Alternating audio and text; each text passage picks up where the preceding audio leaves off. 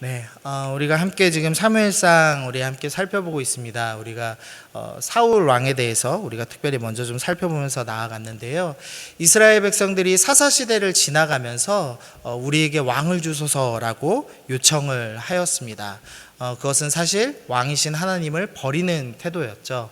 그래서 하나님께서 옛다 왕이다 하면서 사람들이 좋아할 만한 왕 사울을 보내주셨습니다. 사울은 처음에는 겸손한 모습을 보였고 그리고 누구보다 신앙적인 모습을 보여줬습니다. 그렇지만 사실은 그 신앙적인 모습이 자신의 욕망을 이렇게 교묘하게 포장하는 모습이었던 것을 우리가 계속 살펴봤습니다. 우리 사무엘상 13장 14장 이 믹마스 전투에서는 사울이 금식하고 전투를 하게 하는 장면이 나오죠. 그리고 15장에서 아말렉을 진멸하라는 하나님의 말씀을 어기면서 수많은 양과 소를 끌고 와서 그 거한 제사를 사람들 앞에 베풀면서 나는 이렇게 하나님을 예배하는 왕이다라는 것을 은근히 드러냈습니다. 그리고 성경에는 나와 있지 않지만 이 사울이 성소 놉을 건설하는 장면도 있습니다. 원래 사무엘상 4장까지 그러니까 엘리가 살아있을 동안에는 실로의 성막이 있었습니다. 그래서 실로라는 도시에서 하나님을 예배드렸는데 블레셋이 법궤를 뺏어간 이후에 실로가 망합니다.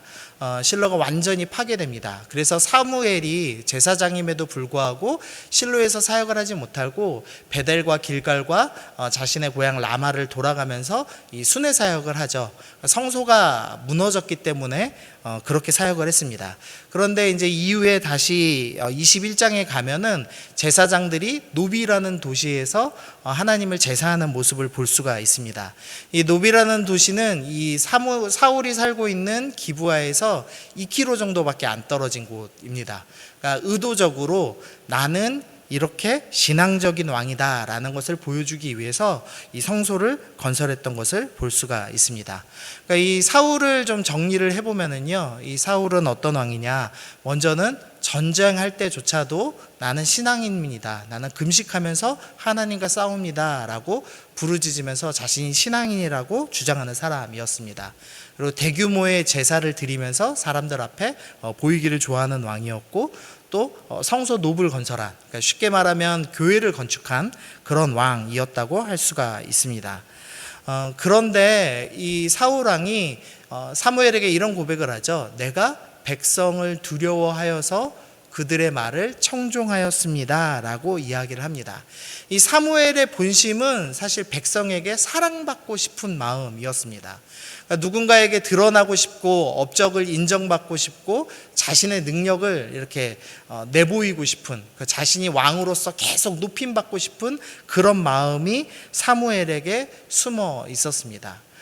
성경에서는 그런 바리새인들, 이 높아지고 싶은 외식하는 바리새인들을 향해서 예수님께서 회칠한 무덤이다 라고 말씀을 하십니다. 이 회칠했다는 것은 페인트 칠했다는 의미죠. 그러니까 겉은, 속은 시체가 있어서 썩은 내가 진동하는데 겉은 이렇게 페인트 칠을 잘 해가지고 가려놓은 상태, 그것을 회칠한 무덤이라고 합니다.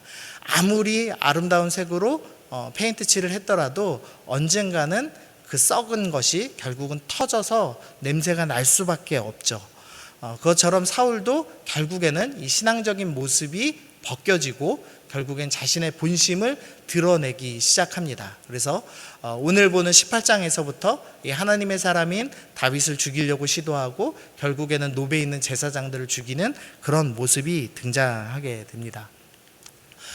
우리 2절하고 5절 좀 같이 읽어보겠습니다. 시작. 그날에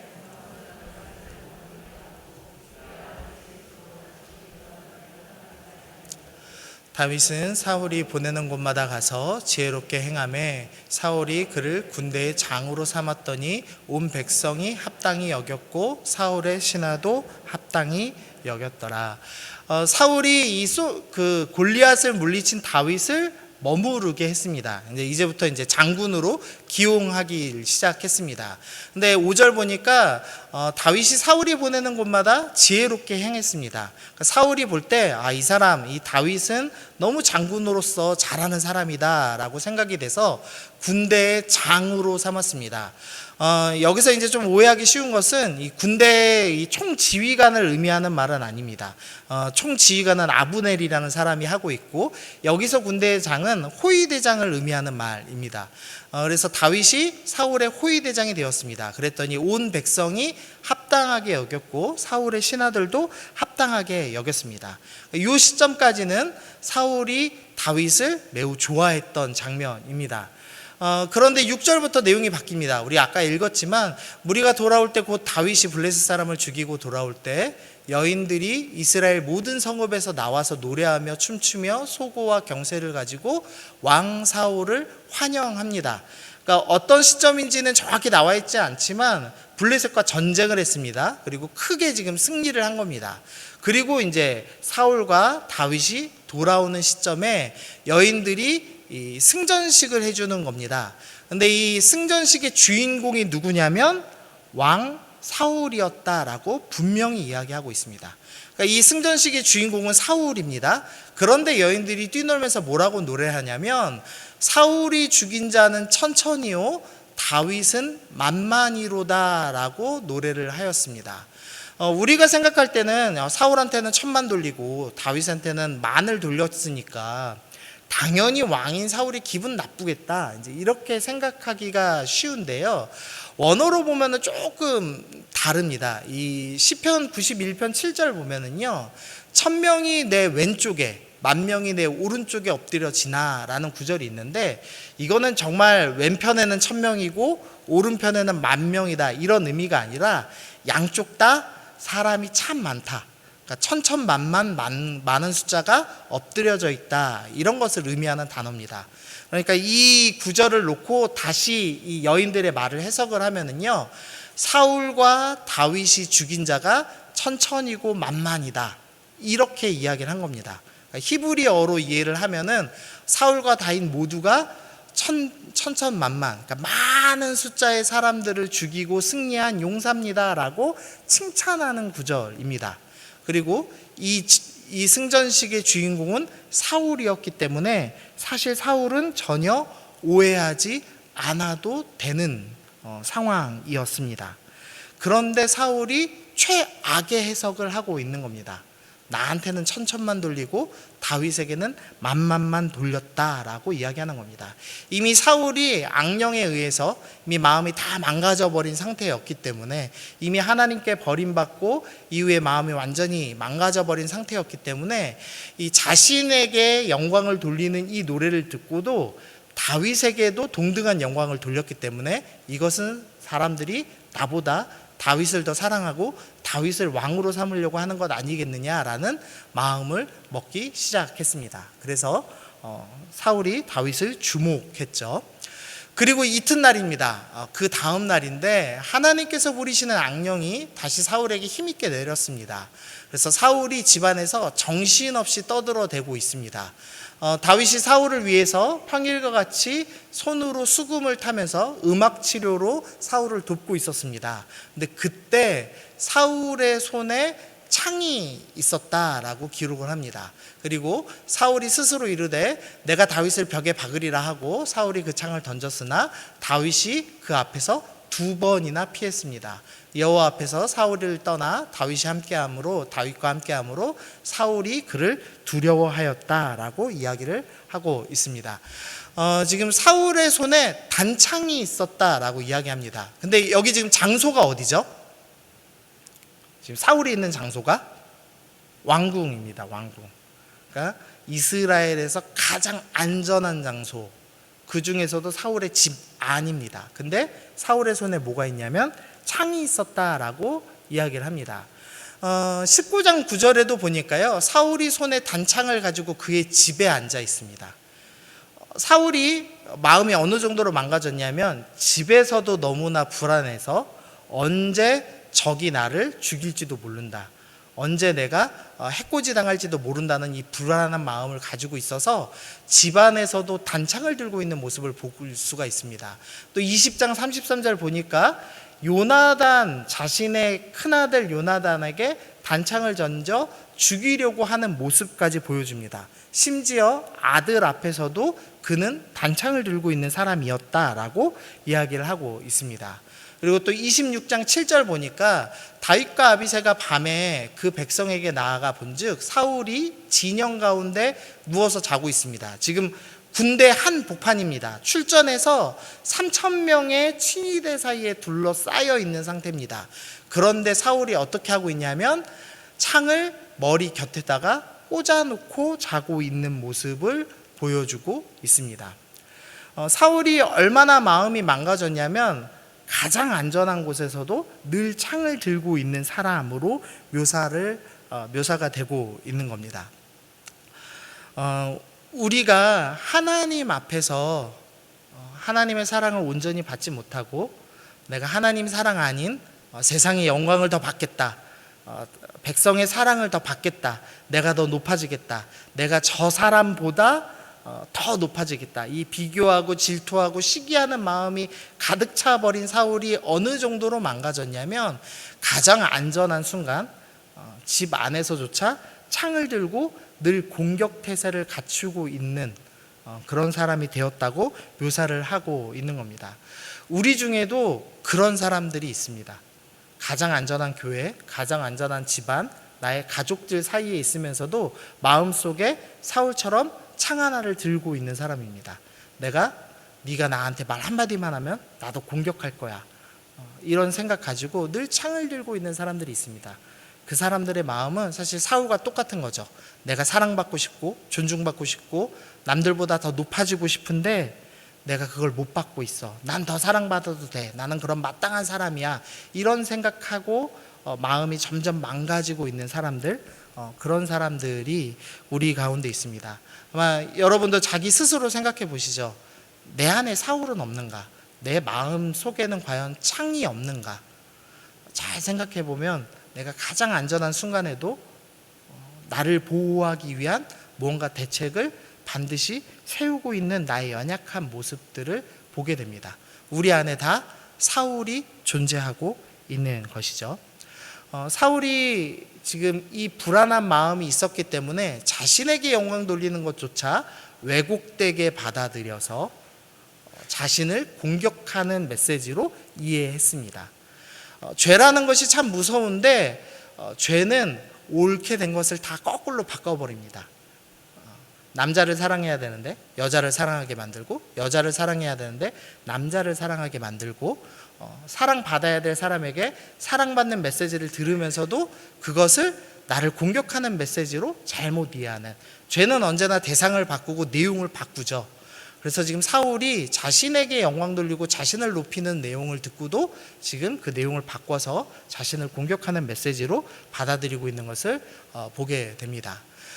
그러면서 사울이 한 가지 더 발견했는데 다윗과 하나님께서 함께 계시다라는 것을 발견하기 시작했습니다. 자기 안에는 평안이 없고 자기 안에는 하나님이 없고, 근데 다윗에게는 하나님이 함께 계시다는 것을 발견했습니다.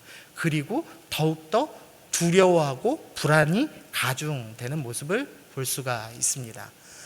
13장 보겠습니다. 그러므로 사울이 그를 자기 곁에 떠나게 하고 그를 천부장으로 삼음에 그가 백성 앞에 출입합니다. 지금 다윗을 호위대장에서 천부장으로 임명했습니다. 우리 생각할 때는 그래도 대통령 병무실장이 더 높은 사람인데 천부장은 1,000명 다스리는 사람인데 뭐 별로 대단한 거 아닌 것 같은데, 이제 이렇게 생각하기 쉬운데요. 이 당시에는 상비군이 3,000명이었죠. 그러니까 3,000명의 상비군 중에 1,000명을 다스리는 사람이니까 훨씬 더 높은 직책으로 지금 승진을 시켜준 겁니다. 근데 승진시켜준 이유가 뭐냐면 호위대장은 사울만 잘 보호하면은 일을 잘하는 사람이 되는 겁니다. 근데 천부장은 1,000명을 잘 다스려야지 자기 일을 잘하는 사람이 되는 겁니다. 그러니까 지금 사울은 어떤 생각을 갖고 있냐면 다윗이 백성들에게 나보다 더 사랑받고 있으니까 이 사랑을 뺏어야 되겠다 생각을 한 겁니다. 어떻게 뺐냐면 말썽 많은 군인들의 장으로 삼자. 그러면 이 군인들이 반드시 문제를 일으킬 것이다 라고 생각을 한 겁니다. 지금처럼 대학 교육 잘 받은 그런 청년들이 군대에 가도 사실은 사고들이 많이 일어나죠. 근데 당시의 군인들은 힘만 있고 불량배들, 힘쓴 사람들 모아서 군인을 만들었거든요. 그러니까 인성이 바르지 못한 사람들이 많았습니다. 근데 그런 사람들 위에서 다스리는 일은 매우 어려웠을 겁니다. 그래서 사울이 이걸 맡기면서 백성들이 다윗을 사랑하지 못하게 만들려고 했습니다. 그런데 14절 보니까 다윗이 그의 모든 일을 지혜롭게 행하니라 여호와께서 그와 함께 계시니라. 사울은 다윗이 크게 지혜롭게 행함을 보고 그를 두려워하였으나 온 이스라엘과 유다는 다윗을 사랑하였으니 그가 자기들 앞에 출입하기 때문이었더라.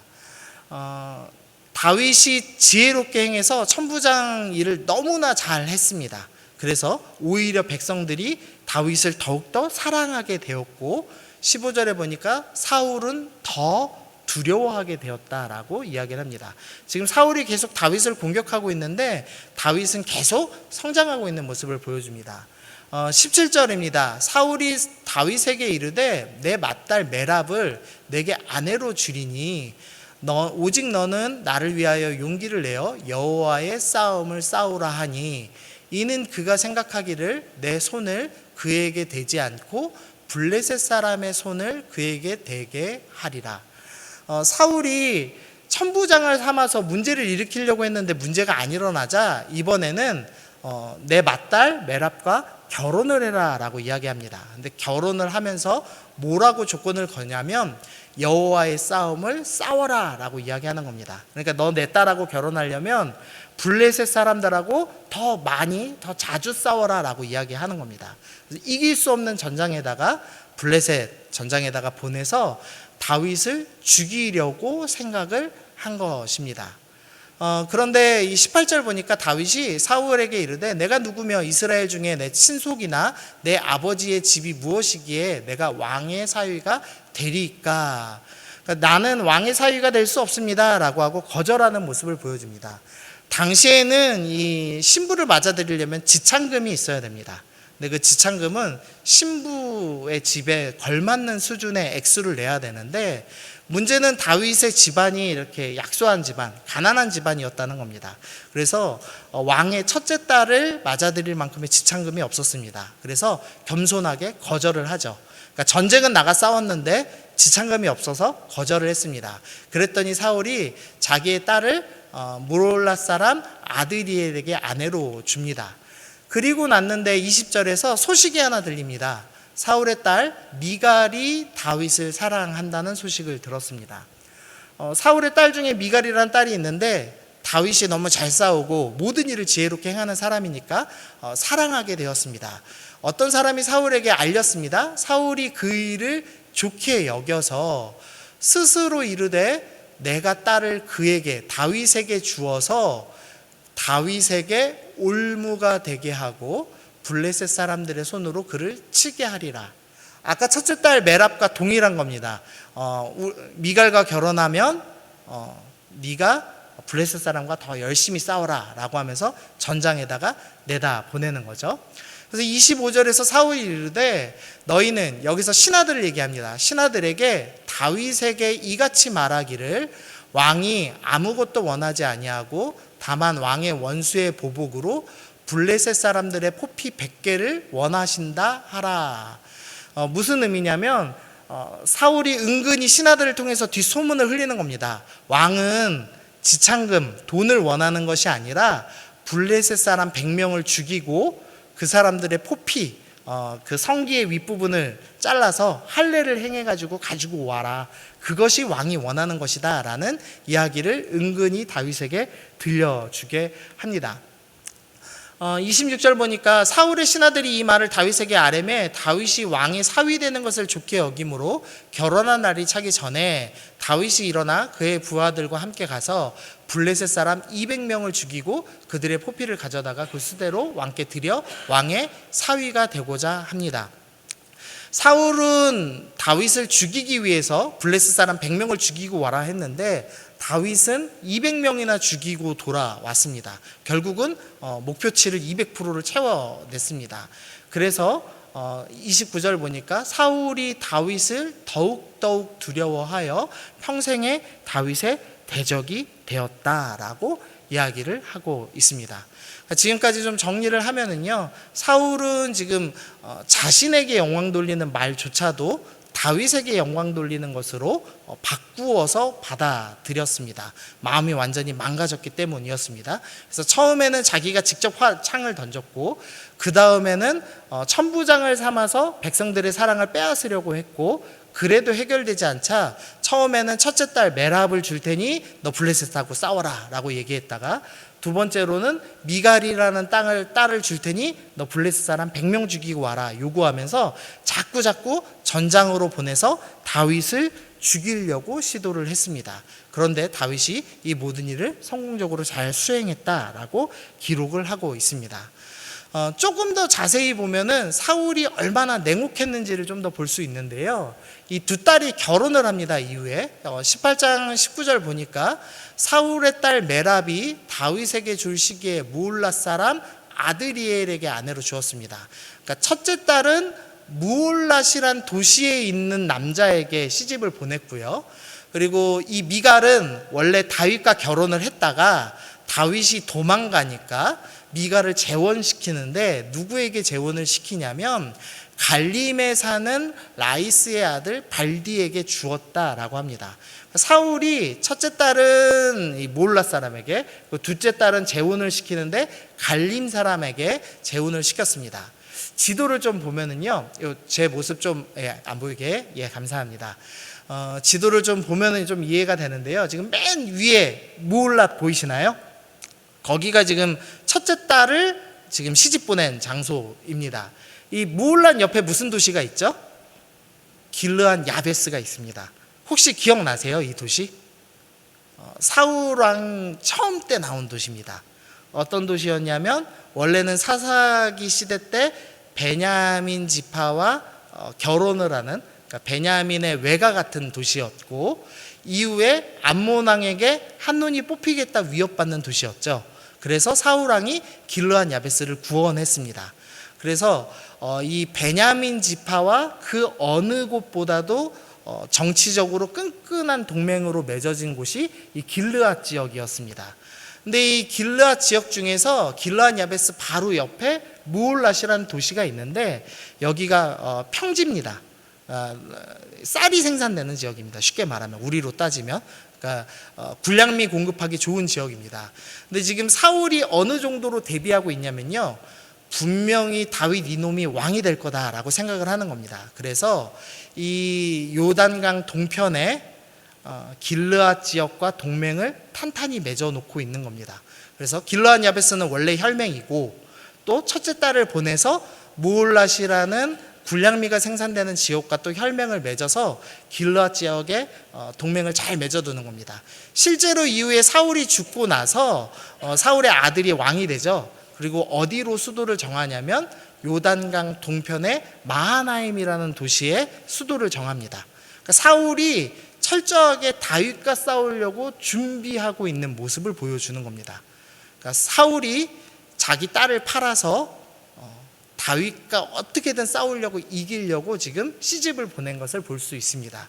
그런데 희한하게도 둘째 딸은 길르앗 지역에 동맹 맺으려고 결혼을 시킨 게 아니라 이 요단강 서편 아래쪽 갈림에다가 시집을 보냈습니다.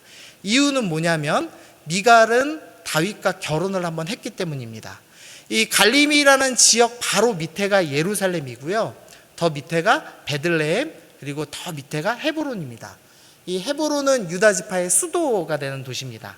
그러니까 만약에 다윗이 반란을 일으킨다면 당연히 헤브론에서부터 출발할 겁니다. 그리고 실제로도 다윗이 왕이 될 때 헤브론에서 먼저 왕이 되죠.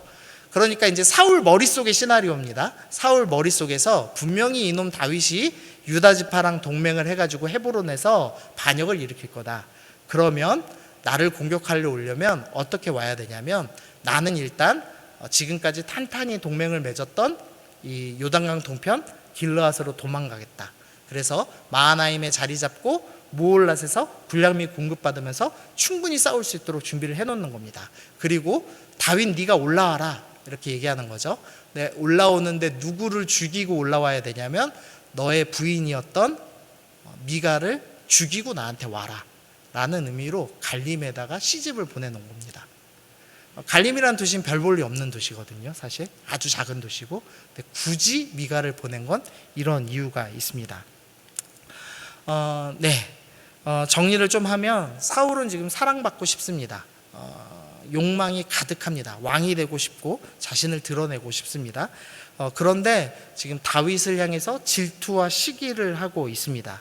그래서 가장 안전한 왕궁에서도 창을 들고 있으면서 끊임없이 불안해하고 다윗을 죽이기 위해서 애쓰는 모습을 보여주고 있는 겁니다. 가인과 아벨이 제사를 드렸죠. 근데 가인이 어떻게 하죠? 아벨을 죽입니다. 비교와 질투하는 마음으로 자기 동생을 예배드린 이유만으로 살인을 하게 되죠. 죄라는 것이 얼마나 무서운지 이렇게 계속 비교하게 만들고 질투하게 만듭니다. 사실 가인이 훨씬 더 대단한 사람입니다. 원래 당시에는 고기를 먹지 않았기 때문에 양치기보다는 농사꾼이 더 우월한 직업이었고, 아버지 아담이 또 농사꾼이었죠. 그러니까 아버지의 직업을 이은 우월한 사람임에도 불구하고 그 사소한 비교, 그 질투의 마음 때문에 살인을 저지릅니다. 죄라는 것이 늘 이렇게 비교하고 질투하게 만들죠. 토마스 아퀴나스가 질투에 대해서 이렇게 정의를 내렸습니다. 다른 사람의 즐거움을 슬퍼하는 것이다. 참 정의가 좋죠. 다른 사람이 즐거워하는 것을 슬퍼하는 것이다. 근데 성경은 뭐라고 얘기하죠? 로마서 12장 15절에서 즐거워하는 자들과 함께 즐거워하고 우는 자들과 함께 울라. 죄가 즐거워하는 사람을 즐거워하는 사람을 보면서 내가 슬퍼하게 만들고 저 사람의 슬픔이 나의 기쁨으로 만들어냅니다. 죄라는 것이 이렇게 항상 모든 것을 바꿔버립니다. 지금 사울이 바로 그 상태에 처해서 완전히 망가졌고 다윗을 죽이려는 모습을 계속 보여주고 있습니다. 다윗의 입장에서 좀 한번 좀 보겠습니다. 다윗은 사울이 보내는 곳마다 지혜롭게 행하며 사울이 그를 군대의 장으로 삼았습니다. 다윗이 먼저는 호위대장이 됐습니다. 그리고 13절에서는 천부장이 되었습니다. 그리고 27절에서는 미갈과 결혼해서 왕의 사위게 되었고, 그리고 30절에서는 블레셋 사람들의 방백들이 싸우러 나오면 그들이 나올 때마다 다윗이 사울의 모든 신하보다 더 지혜롭게 행하며 이에 그의 이름이 심히 귀하게 되었다라고 이야기합니다. 이 왕인 사울이 온 권력의 힘을 다하여서 그리고 지혜를 다하여서 다윗을 죽이려고 합니다. 그런데 이상하게도 다윗은 오히려 계속 성장하는 모습을 보여줍니다. 호위대장에서 천부장에서 왕의 사위에서 블레셋 사람들이 두려워할 만큼 명성을 떨치는 위대한 장군으로 점점 성장하는 모습을 보입니다. 그리고 또 하나의 키워드는 지혜로워지고 있다라고 이야기를 하고 있습니다. 이 악한 사람들이, 세상이 계속 하나님의 사람들을, 하나님의 나라를 계속 공격합니다. 그런데 재밌는 것은 그 악한 사람들이 공격하면 할수록 하나님 나라가 확장되는 모습을 볼 수가 있습니다. 오늘 본문에서도 우리가 잘 드러나진 않지만 사울이 계속 블레셋을 공격하게 만들죠. 다윗으로 하여금. 근데 사실 사사시대 그리고 사울 시대까지도 이스라엘은 블레셋을 직접 공격한 적이 없습니다. 요나단이 먼저 이제 선제 공격을 하긴 했지만 사실은 그것은 이미 이스라엘 땅에 블레셋이 쳐들어온 상태였거든요. 그러니까 사사시대부터 계속해서 한 80년 가까이를 블레셋에게 공격만 당하면서 역사가 진행됐습니다. 근데 사울 왕의 시기 질투로 말미암아 다윗이 블레셋을 공격하기 시작합니다. 그러면서 하나님의 나라의 땅을 회복하고 확장하는 모습을 보여줍니다. 아주 귀한 원리를 발견할 수 있는데요. 사탄의 공격이 하나님 나라를 오히려 확장시킨다는 사실입니다. 요셉을 생각해 보시죠. 요셉이 억울한 누명을 쓰고 감옥에 갇혔습니다. 근데 그 감옥에 갇혔기 때문에 술 맡은 관원의 꿈을 해몽해주고 총리가 되죠. 그리고 모세가 아기 때 죽음의 위기를 맞이합니다. 그랬기 때문에 강물에 뛰어 보냈고 모세가 왕자로서 모든 지식을 습득한 지도자로 자라날 수 있게 됐습니다. 또 초대교회가 박해당했기 때문에 온 세계에 복음이 전하는 일들이 일어나게 되죠.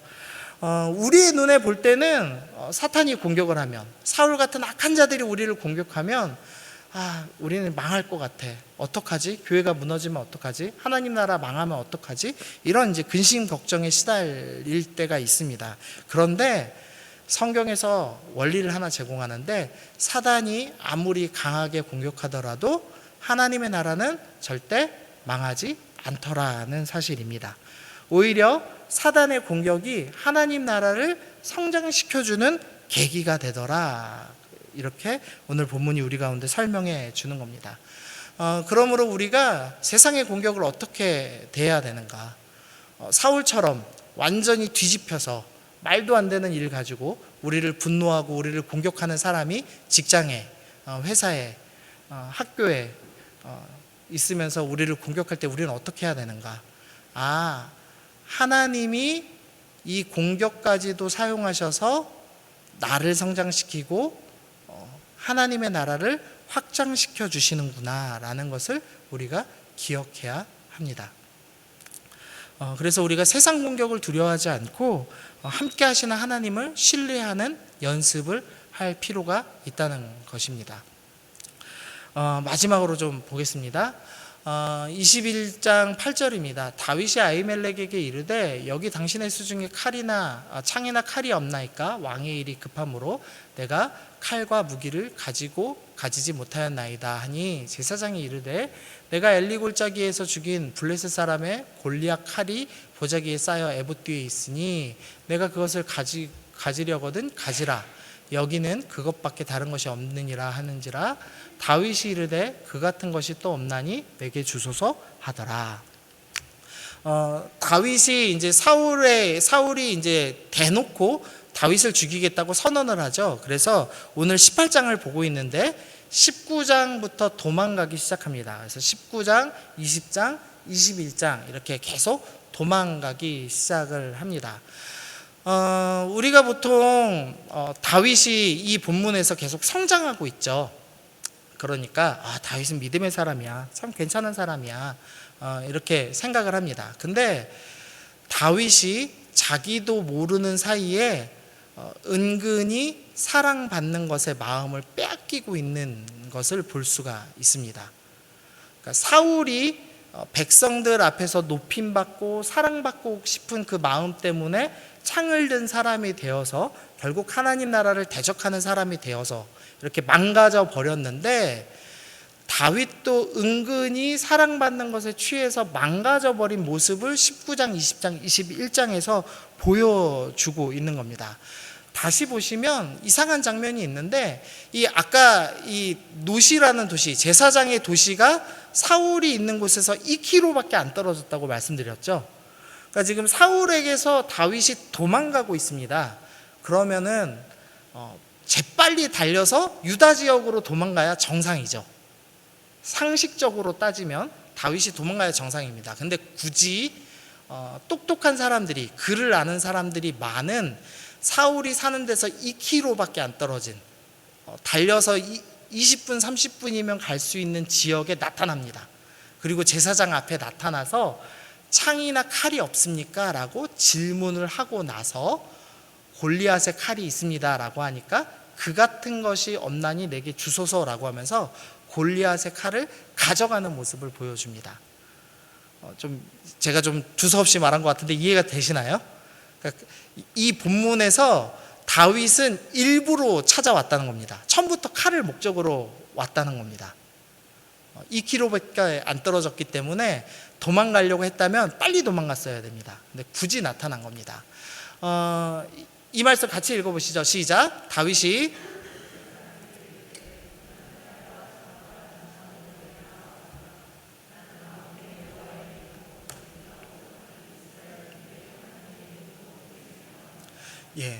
다윗이 한 엄청난 믿음의 고백이었죠. 이 골리앗 앞에서 너는 칼과 창과 단창으로 나오지만 나는 하나님의 이름으로 나간다라고 고백하는 장면입니다.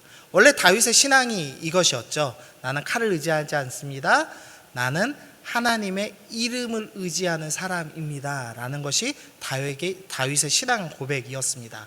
그런데 다윗이 19장, 20장, 21장에 도망을 하면서 어떤 사람으로 바뀌었냐면 골리앗의 칼을 의지하여서 그 칼을 꼭 받아가려고 2km밖에 안 떨어진 노 땅에 굳이 나타나서 골리앗 칼을 받아가는 사람으로 나타나는 겁니다.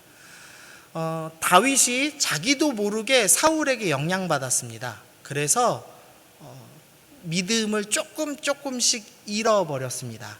그래서 그것이 어떻게 드러나냐면 19장과 20장과 21장 다윗이 도망가는 시점에서 다윗의 입에 하나님을 이야기하지 않습니다.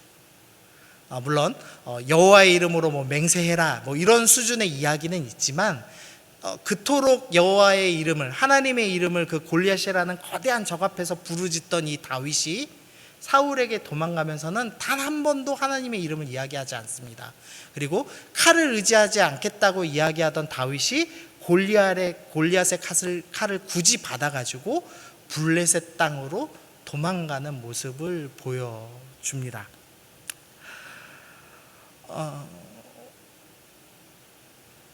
하나님 나라가 반드시 확장된다라는 말씀을 드렸습니다. 그런데 우리가 해야 될 일이 하나 있는데요. 우리 내면을 점검하는 일은 우리가 해야 한다는 것입니다. 결국은 다윗이 회복되고 결국 왕이 되고 하나님 나라의 일을 하죠. 그러나 지금 다윗이 사랑받으면서 은근히 사울과 비슷한 모습으로 바뀌었다는 겁니다. 사울도 창을 든 자로 서 있고 다윗도 결국엔 골리앗의 칼을 든 자로 변하면서 21장이 마무리되고 있는 겁니다.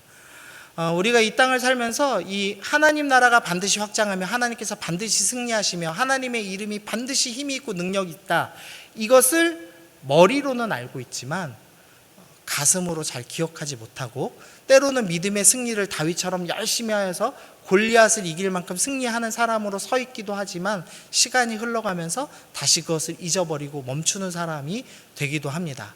그래서 다윗이 입술로 날마다 찬양하고 하나님의 이름을 되뇌이고 있던 사람이었는데 어느새 하나님의 이름을 완전히 잊어버리고 골리앗 칼을 의지하고 도망가는 사람으로 바뀐 모습을 보게 됩니다.